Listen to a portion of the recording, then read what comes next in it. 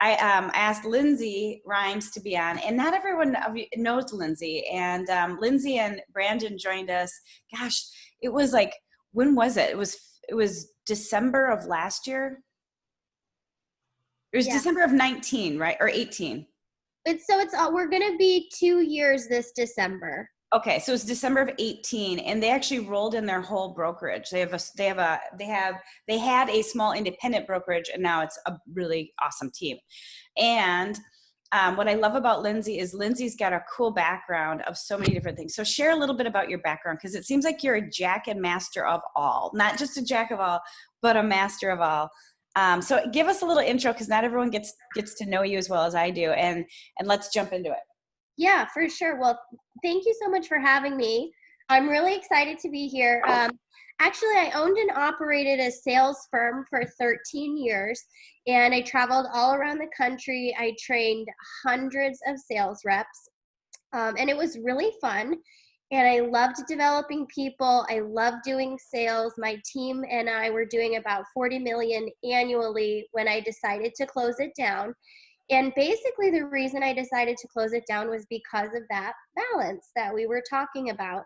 Probably the last 3 or 4 years in that firm, I started to get sick, kind of mentally, physically, emotionally.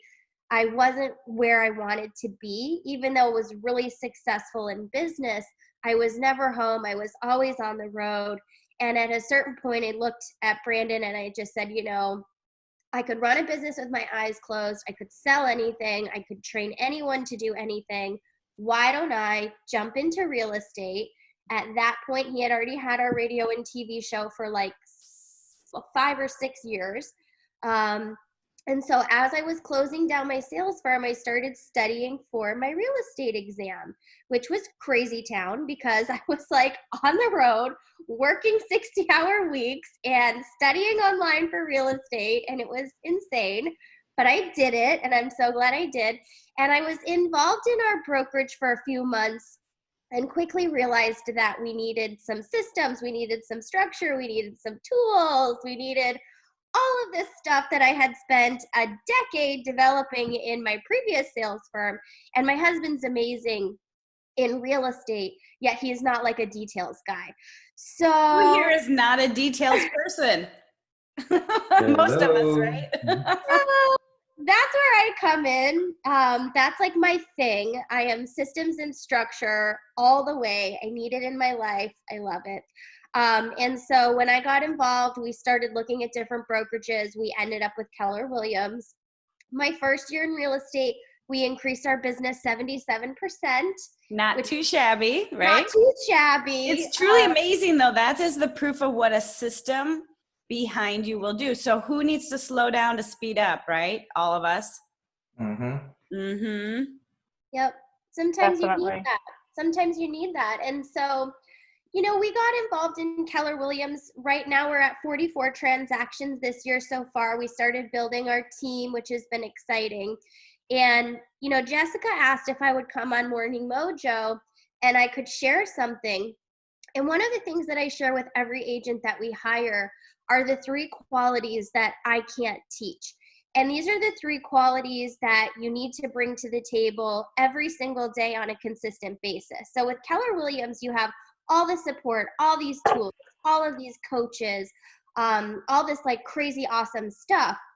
But if you're not bringing these 3 things to the table on a daily basis, it's going to be hard for you to be successful and hit those goals. And these are really simple things, okay? They're things that probably all of you have at a certain level or you wouldn't be in this business yet.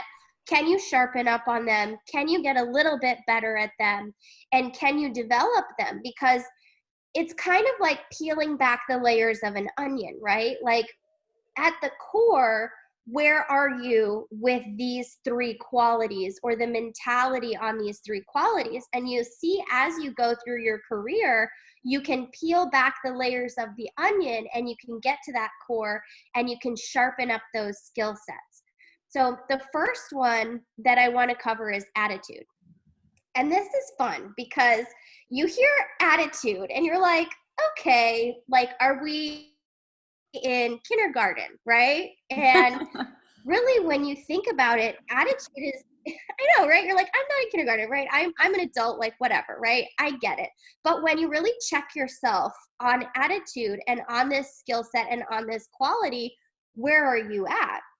And to be honest, when I started in my sales career, I was not there.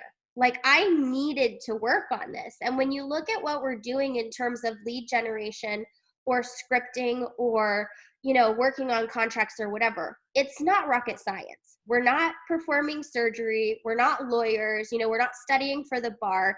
It's relatively easy to learn a script, right? It's relatively easy to learn a contract, but it's how you approach that that's going to equal how successful you are. And you hear things all the time like whistle while you work, smile while you dial, right? There's a reason for that because that's contagious. People can feel that. And when you're in a situation where you're dial, or you're at an open house and people are walking through, and someone rubs you the wrong way, or you rub someone the wrong way, maybe you just don't vibe or jive or something like that, there's kind of this like weird thing in the air. And you need to be able to rebound, bounce back, center, and get back to that positive attitude, because the next person that you talk to, the next person that you interact with, that could be your buyer that's an investor. That could be your person who's going to get $1 million property. The next person that you pick up the phone and call, that could be your person. Yet we know from our conversion rates, logically, okay, the next person I call is probably going to be a no. Because conversion rates tell us, right, I might be 70% successful on 7 out of 10 calls, right?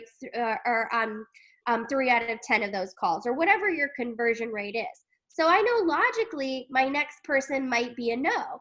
But if I think about it from the attitude perspective, I have to take that call as if that next person is my $1 million buyer. Because if I don't, I'm not going to close them, right? When you're out and you're running around and you've got a million things going on and you're showing houses and you just got a property under contract through inspections and they call you and they're like, oh, by the way, there's 50 million things wrong with this property. Yet you're in 10 minutes going to be walking in and showing a property to a brand new buyer.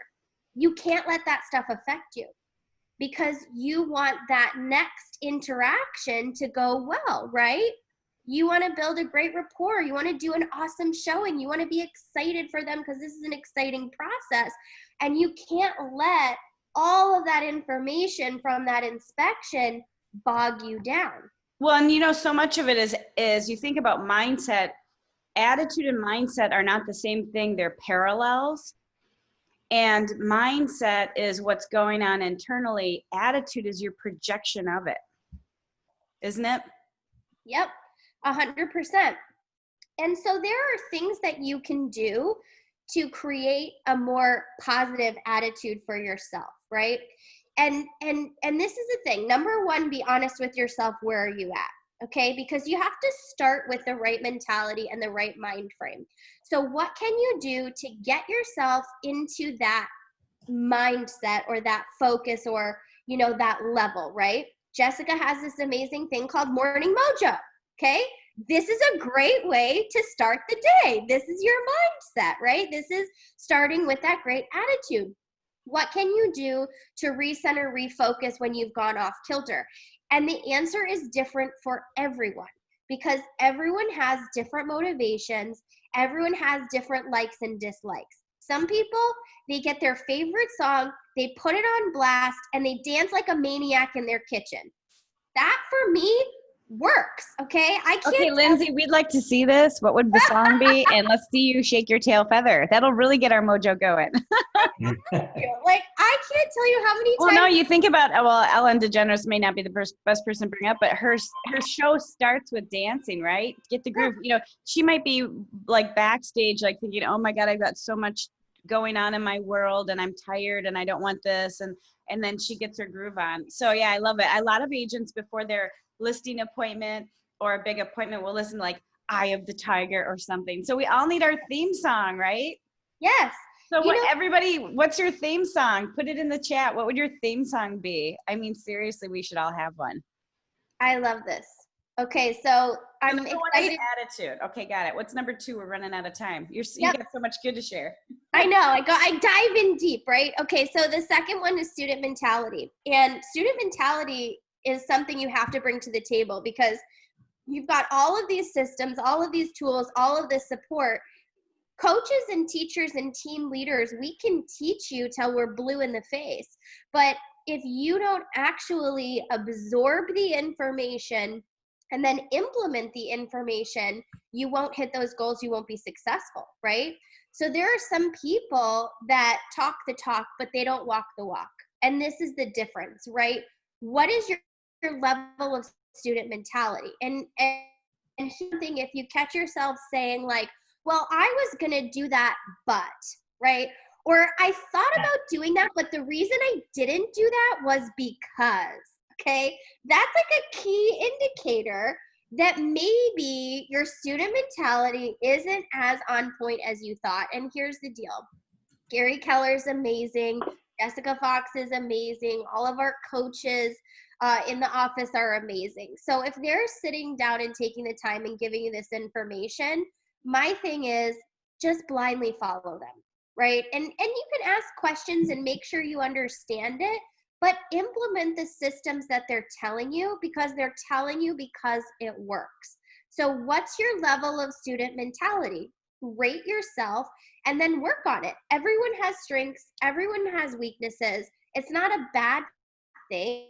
It's just an awareness thing, okay? So be aware of where you're at with student mentality. And then I'll blow through because I know I'm taking up a bunch of time. But the last one is work ethic. Okay, nobody can sit on your shoulder on a daily basis and make you have these three things every day and make you implement them. This is something that has to come from you. And work ethic, there needs to be a certain level of consistency and a commitment and a follow through. And here's the deal, okay? And especially when you're starting out, you will find yourself doing things that they're not necessarily your favorite things. They're not necessarily your passion points. But in order to build your pipeline and get your system going and start your business, oftentimes you have to do these little things even when you don't feel like doing it. That is work ethic. Now, maybe at some point you get to the point where you can hire and you can build a little team for yourself and you can delegate things out and all of that jazz. But until you get to that point, holding yourself accountable to just do the work, just put in the work every single day on a consistent basis, do your time blocking and follow that schedule because that's what's going to get you there. And these three things we can't give you, you need to bring them. Does that make sense? Yeah, you've got to want and own it for yourself. I mean, you know, even if you joined a team that handed you leads, you still have to show up and follow up with the leads and you know, approach the leads with a positive mindset so they have a positive reception of who you are. You know, you said a few things that really stuck with me. And I feel like obviously mindset, because we always say it starts with mindset. And a lot of people like, yeah, 90% of mindset. Oh boy, is it true though. You know, and I love how you brought in attitude because that is really the projection of your current mindset, isn't it? It really is. But you know, the implementation thing, I would say one of the things I think some people might struggle with is that they're drowning with all of this. And you only need to implement a few things and not everything's equal. So when it comes to implementation, you know, the database we harp on. Well, for a reason, because we don't want you to have to hunt for your business forever. You know, if you would like predictable business, say yes, everyone, right? Everyone wants predictable business. You need to have some systems in place and the database would be one of them. So if you want to take action from some of the ideas and points that Lindsay brought out, I would just ask you to treat your database like gold right now. Care about them. Be authentic. Reach out to them. Ask them how they're doing. Start the conversation. Don't bring up real estate if you want, but you could also tell them that real estate is rocking, because you need to educate them about the mindset of real estate. They may think that real estate is tanking right now. The economy's tanking. It's dangerous to sell homes, but they want to get their home sold, or they would like to pull equity out of their home. So they really need to do a refi. You never know what the conversation will go. And typically it will just go to that level naturally without even trying or having a script to push it that way. But Lindsay nailed it. You really have to have some sort of implementation. If all you implement from the MREA or any of the things that we teach you in Ignite is to really build your database and love on those people, you're set. But you need to have at least 5 to 20 conversations a day, depending on how much money you want to make in order for that to happen, right? So Jessica, I have a really good story. We have a new agent on our team. She's actually been a licensed agent for almost 2 years. She's been with us. This is going on her 3rd week. And when she came in for orientation with our team, the very first thing I taught her how to do was go through her phone, call every single person in her phone, and put them into her database and do those care calls. And what's absolutely insane, okay, is that's like the only thing I focused her on for the first 2 weeks. And she called me at the end of week 1 and also at the end of the week 2. And she said, I have more people in my pipeline right now than I have had in 2 years of being a licensed agent. And she was nervous to do those calls. She was uncomfortable to do those calls, but we sat side by side. We did a few of the calls together. I coached her on the script, and she took it and she went with it. And even though she was uncomfortable, and even though she was kind of like, I don't know, right? Mm-hmm. She wasn't confident, you guys. She wasn't confident yet. Okay? Some people wait until they feel confident. You can't do that. The only way to get confident is by just putting yourself in there and doing it and approaching it with the right starting attitude, right? And she Well, did if you that. break it down, confidence is the lack of being valid internally. Mm-hmm. It has nothing to do external to you. Confidence is internal. So there's no way to build confidence unless you choose to put yourself out there. You could practice in your mind or practice on other people, but it won't build your confidence until you leap, and then the net appears, right? But when you give and help someone get to confidence, you just changed that girl's world, didn't you? Yeah, 100%. And she's so jazzed and she's so excited. And she talked about before she joined us that she lost like a little bit of her motivation.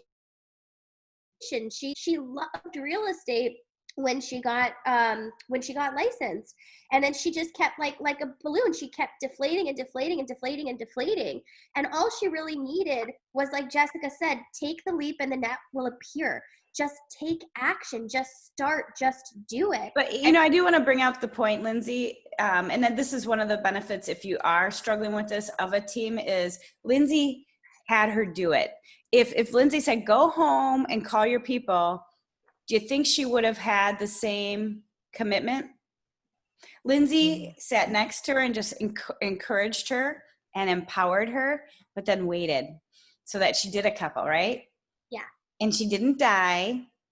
And some good things happened. And now her confidence leveled up greater than it ever was in the 2 years prior that she slowly just chiseled away at it.